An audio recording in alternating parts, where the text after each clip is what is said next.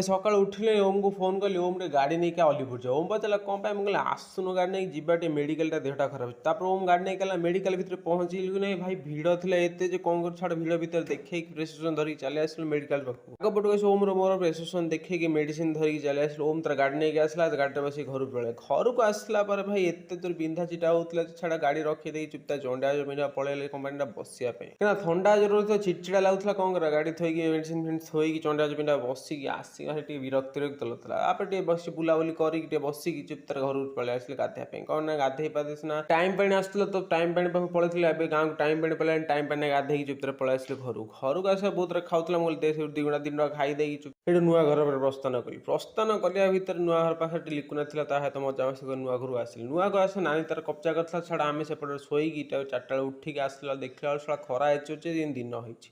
Don ଆସିଲା Don ଛାଡ଼ ଜିନିଷ ପତ୍ର ନେଇ ଆସି ଘରକୁ ଚାଲି ଆସିଲି। ଭିଡ଼ିଓ ଦେଖିଥିବ ଧନ୍ୟବାଦ।